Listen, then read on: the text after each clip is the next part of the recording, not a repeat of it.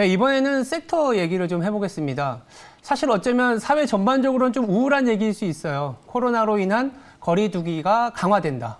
더불어서 다음 주에 한국은행에서는 또 금리 인상까지 좀 던져줄 수 있는 그런 고민이 가득한 시기인데 이 업종만큼은 좀 모멘텀이 또 될 수 있다라는 의견입니다.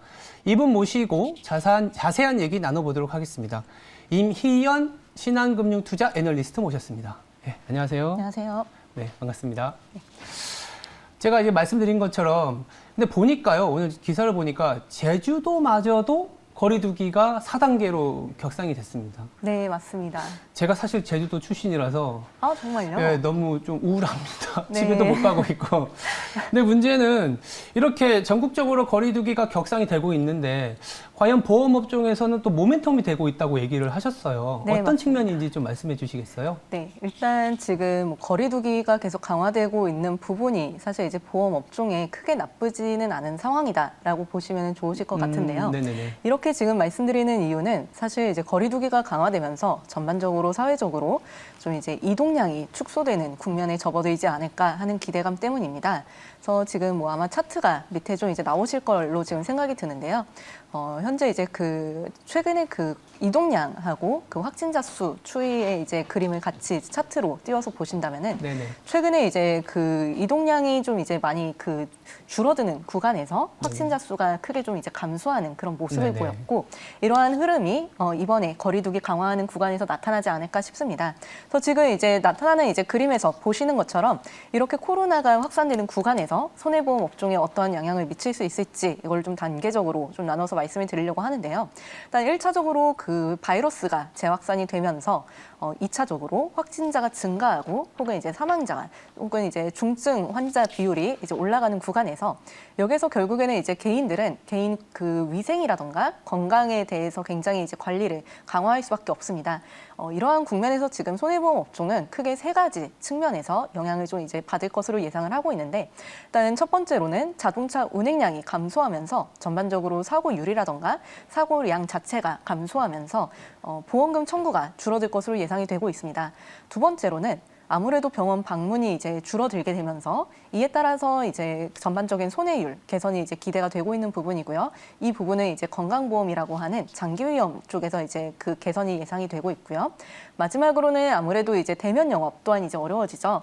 아마 저희 스튜디오에도 최근에 이제 방문은 어려우시고 아까처럼 이제 동영상으로 화면으로 이제 출연하시는 분들이 많으셨을 텐데 보험업종 같은 경우에도 좀 유사한 모습이 많이 나타난다고 보시면 되실 것 같으세요. 아무래도 대면 영업이 좀 어려워지고 특히 이제 설계사들 같은 경우에는 주요 영업 채널이 지점이 아니라 오프라인 지점이 아니라 보통 카페거든요. 아마 보통 이제 보험 가입하실 때 좀 이제 외부에서 만나서 좀 가입하는 그런 절차를 많이 경험을 하셨을 텐데 맞습니다. 이제 그런 차원에서 현재 아마 보셨겠지만 최근에 카페들 좀 이제 자리도 많이 줄어들었잖아요. 네. 취식 자체가 어려운 상황이기 때문에 이러한 부분들이 사실상 이제 보험사들의 어떠한 매출 축소 그리고 궁극적으로는 비용 감소로 지금 이루어지고 있다 정도로 보시면 좋을 것 같습니다. 네네. 정리해 보면 거리두기가 오히려 손해율을 줄여준다. 네. 그래서 이제 보험진 좋다 이런 네. 얘기인데 또 듣다 보면은 그래도 이제 백신이 조금 보급되고 있고요. 더불어서 거리두기로 인해서 다소 이렇게 손해율이 빠지면 아니면 거리두기로 인해서 확진자가 줄어들면 다시 또 손해율이 올라갈 수 있는 어쩌면 또 리스크가 있지 않을까. 네. 좀 단기적이지 않을까라는 고민도 좀 있어요. 네, 그것까지 맞습니다. 한번 중장기 전략까지 얘기를 하면서 좀 말씀을 드려볼까요? 네. 사실 이제 그 부분이 지금 시장에서도 충분히 이제 우려하시는 부분이고 네네. 저도 이제 공감을 하고 있는 내용이기는 네네네. 합니다만 아직까지는 여기에 대해서는 우려는 좀 이제 크지 않다라고 일단 결론부터 말씀을 드릴 수 있을 것 같습니다. 제가 이렇게 말씀을 드리는 이유는 아직 우리나라에서는 지금 백신 접종률이 너무 낮기 때문에 그쵸. 사실상 리오프닝에 대한 기대감이 이미 주식시장에는 상당 부분 네. 반영이 되기는 했지만 네네. 현실적으로 지금 사회적으로 거리두기 강화가 되고 있는 부분은 저는 오히려 지금 이제 보험 업종에게는 좀 기회라고 보고 있고요. 물론 이제 말씀하신 것처럼 다시 이제 뭐 백신 보급률이 올라가고 좀 이제 리오프닝이 되었을 때 이제 당연히 이제 올라갈 거라고 저는 생각은 듭니다만 저는 시간은 조금 오래 걸리지 않을까라고 보는 게 현재 국내 그 1차 접종률이 백신 접종률이 한 35% 정도 되는 걸로 일단 추산이 되더라고요. 네네네. 이거는 20세 이상 기준이고요. 2차 접종률 같은 경우에는 지금 한 17% 정도의 이제 숫자를 제가 봤었던 걸로 기억을 하는데 이제 영국의 사례랑 조금 이제 비교해서 본다면은 영국은 지금 1차 접종률이 한 90% 정도 되고요. 2차 접종률이 70%를 넘었습니다. 아마 뭐 비슷한 이제 말씀하신 그런 이제 그림이 나타나려면은 영국 사례하고 좀 비슷한 수준의 이제 백신 접종률이 좀 나타나야 되지 않을까 싶은데 현재로서는 백신 그 공급 현황이 아무래도 좀 지체되고 있는 부분이 어떻게 보면은 굉장히 아이러니하기는 합니다만 지금 손해보험 업종에게는 조금 긍정적인 요인으로 볼 수 있지 않을까 싶습니다. 네. 그 최근에 손해보험 그 레포트를 좀 봤어요. No Permission to Dance에서 BTS 네. 뭐 아미이신가 봐요. 좋아합니다. 네네. 근데 거기서 보니까 이제 중장기 전략에서 보험에서 제가 조금 의미 있었던 게 IFRS 17이 도입이 되기 때문에 금리 상승기에는 보험 자산이 조금은 시가평가로 넘어간다. 네. 물론 좀 어려운 내용이긴 하지만 보험을 투자하는 입장에서는 좀 다 알아가야 되잖아요. 맞습니다. 그거에 대해서 간단히 좀 말씀을 드리죠. 네, 일단 IFRS 17 같은 경우에는요, 이제 저희가 주로 보험 부채의 시가평가라고 이제 말씀을 드리는 부분입니다. 네네네. 그동안에 원가로 평가해 왔었던 보험 부채를 이제 2023년부터 시가로 평가를 하게 된다는 건데요. 네네네.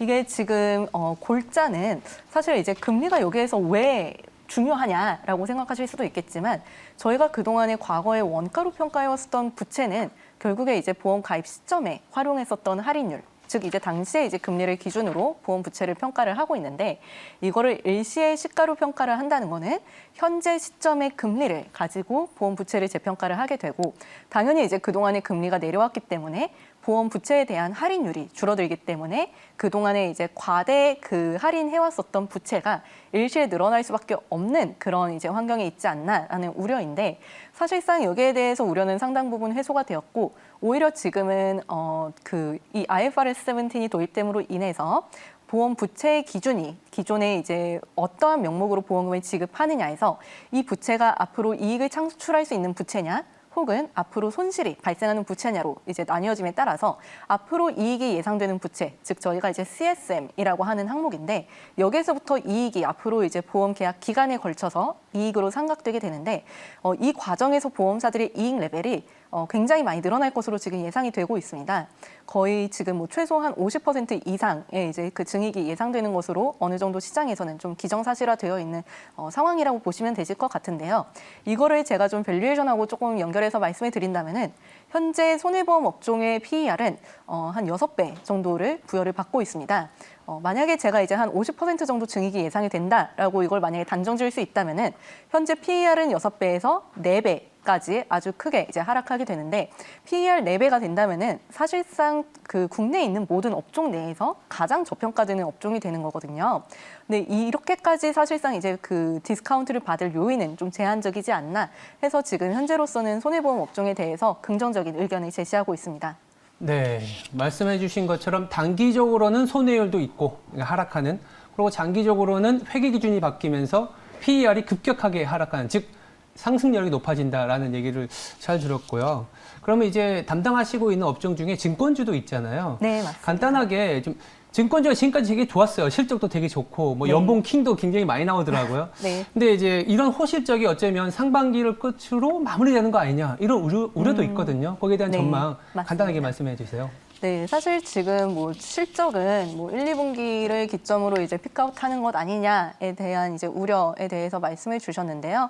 사실 그 부분에 대해서는 시장에서는 상당 부분 인지를 하고 있기는 합니다만 아직까지는 여기에 대해서 조금 더 긍정적으로 볼 수 있지 않을까 하고 이제 말씀을 드리는 부분은 물론 최근에 이제 거래 대금이 감소하기는 했습니다만 지난 2분기 수준에서 크게 벗어나고 있지 않습니다. 아마 제가 기억하기로는 지난 2분기에 일평균 거래 대금이 한 27조 원 정도 나왔었던 걸로 기억을 하는데 지난 7월에 한 26.3조 원 정도 나왔고요.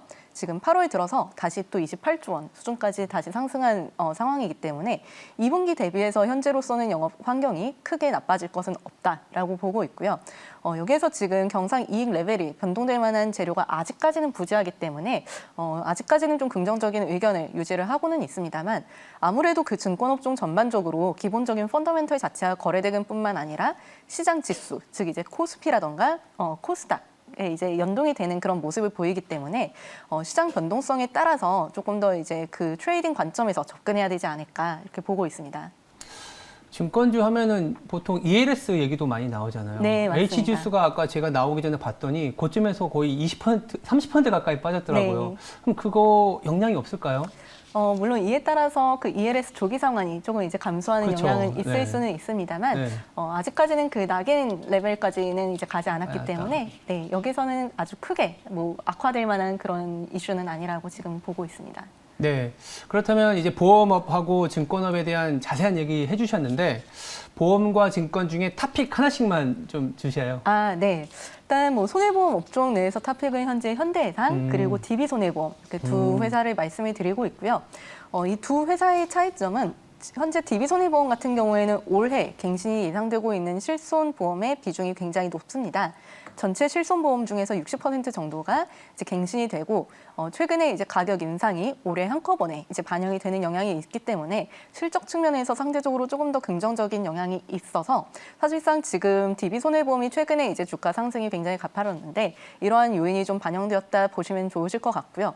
앞으로 이제 좋아질 만한 이제 종목은 무엇이 있을까라는 측면에서 현재 현대해상을 좀 이제 미래지향적으로 추천을 드리고 있는데 현대해상 같은 경우에는 최근에 이제 상대적으로 주가가 억눌렸었던 이유가 일단 뭐 연초에 그 MSCI에서 편출되고 좀 이제 좀 부정적인 이제 수급 이슈가 있었죠. 네, 이제 그런 부분들이 좀 이제 크게 반영이 되었는데 현재로서는 수급 악영향 모두 다 지금 해소되었다 보고 있고 오히려 2023년이 되었을 때에 갱신될 이제 실손 물량이 지금 DB손해보험보다 더 클 것으로 예상이 되기 때문에 앞으로 더 좋아질 회사로는 현재 현대해상을 말씀을 드리고 있습니다. 그리고 생명보험 업종에서 탑픽으로는 삼성생명 말씀드리고 있는데 앞서 말씀드렸던 IFRS 17이 적용되게 되면은 그동안의 삼성생명의 가장 고질적인 디스카운트 요인이었었던 2차 역마진이 모두 해소될 것으로 예상이 되기 때문에 더 이상 이제 금리 하락기에도 크게 디스카운트 받을 만한 요인은 없다라고 판단이 되고 있고요. 올해 DPS는 4,450원 그리고 배당 수익률은 한 5.8% 정도 예상을 하고 있습니다. 뭐 고배당주 측면에서 접근도 가능할 거라고 보고 있고 마지막으로 지금 증권주 내에서는 삼성증권 업종 탑픽으로 말씀드리고 있습니다. 현재 삼성증권 같은 경우에는 올해 예상 ROE가 14%를 좀 넘어갈 것으로 예상을 하고 있는데 PBR 같은 경우에는 한 0.66배 수준으로 굉장히 저평가되고 있는데 올해 배당 수익률은 또 한 8.7% 정도를 예상을 하고 있습니다. 가장 대표적인 고배당주라고 접근을 하셔도 좋으실 것 같고요. 물론 이제 증시 변동성이 확대되는 구간에서는 주가의 변동성 또한 이제 확대될 개연성은 있지만 어쨌든 지금 배당주라는 측면에서는 좀 더 이제 주가는 하방을 지지할 수 있지 않을까 예상하고 있습니다. 네. 보험과 증권에 대한 자세한 얘기 들어봤습니다. 지금까지 임희연 신한금융투자 애널리스트였습니다. 네, 감사합니다. 감사합니다.